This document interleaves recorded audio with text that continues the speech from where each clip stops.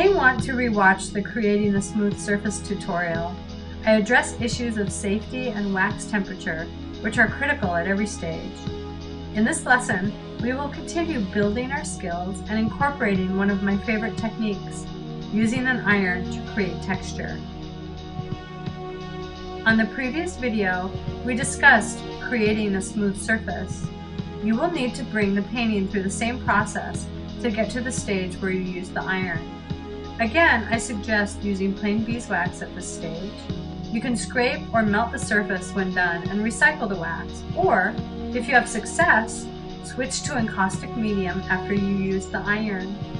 The iron helps to reduce the appearance of the many linear brushstrokes that it takes to build up 3 or 4 layers of wax on a panel. It is a relief to know that even though you are practicing fusing and the smooth application of wax, the surface does not have to be perfect. The iron will help eliminate overlapping strokes and even out any irregularities in the wax. There are many types of irons, but the sharp edge of a clothing iron can catch on the wax.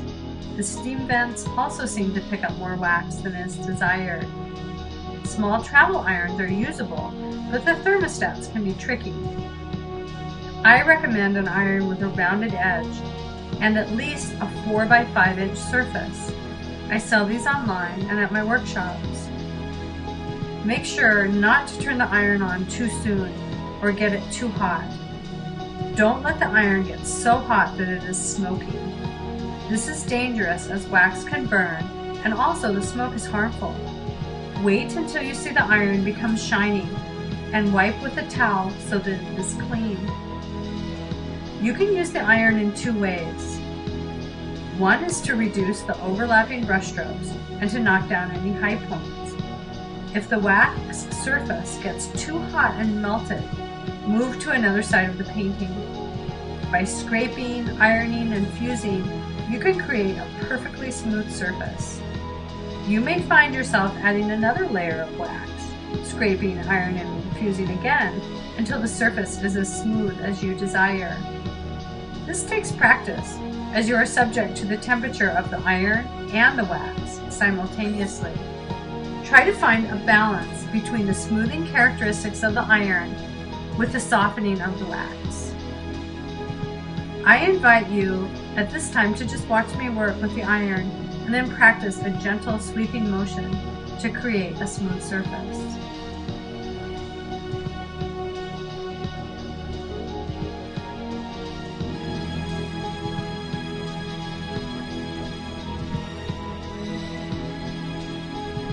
The second method with the iron is to create some texture. You will want to move in smooth circular strokes so that you create natural looking textural variations on the surface, which you will later pick up with oil paint. The most pronounced texture is created when the panel is cool and the iron is at a medium temperature. My warning here is that if you are trying to create a natural stone or bark-like texture, don't overwork or overheat the wax surface. Obviously, when the iron and wax are hot, the surface is smoother.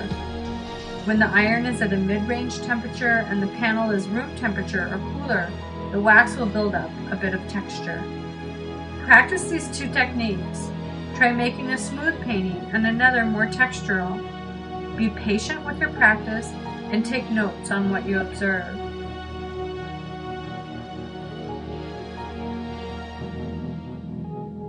When you have completed fusing your initial layer of wax to board, building up a 3 or 4 layer surface of beeswax, and using the iron, you can turn off the palette and the iron. It takes time to apply and remove the paint, so there is no need to have tools or hot wax going at this point. Turning off the wax when you don't need it prevents you from overheating the wax and also eliminates any unnecessary fumes that might enter the studio. Make sure to use gloves when working with oil paint. This is a health and safety precaution, but also allows you to remove the gloves and have clean hands to move on to additional techniques and helps in keeping the studio clean. At this point, we're going to use the panel that had more texture and draw attention to that texture using oil paint. I like to use a combination of wax and paint that I mix together at a low temperature. Experiment with R&F pigment sticks or perhaps oil paints. The colors that work best are dark. You are trying to create the look of shadow, erosion, old paper or leather. Ivory black, Payne's gray, and burnt umber are my favorites. Make sure you have painted or dipped the edges of the panel prior to adding paint. The smudges from your fingers will stain the wood grain, and you will not be able to reclaim a clean wood edge unless you have created a barrier with wax or tape. Approach the stage like applying ink to an etching plate. Cover the entire surface of the painting with the paint mixture.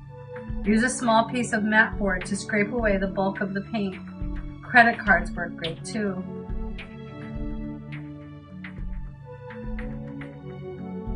Remove additional paint using linseed or vegetable oil and a shop towel. Make sure to properly dispose of these towels as paint and oils can combust. You can also scrape with a razor blade or scraping tool, and this will allow you to bring up the light areas in the painting. I like to keep the edges of the painting a bit darker, and you can build up the color of the edge from this point forward. Just don't be tempted to use too much paint. Too much, and you will interfere with both the drying time of the paint and the bonding properties of the wax layers. This is just a preliminary stage, like a wash of burnt umber or a soft underpainting. My caution here is, don't go too dark too fast. Before adding additional wax layers to the painting, you must lightly fuse so that the wax encapsulates the paint. You may also want to let the thin paint layer dry overnight before lightly fusing and adding a thin layer of wax to secure this delicate passage. You should now be inspired from the simple beauty of paint and wax. Let your imagination guide you and create an ancient map, love letter, or archaeological treasure from this simple technique.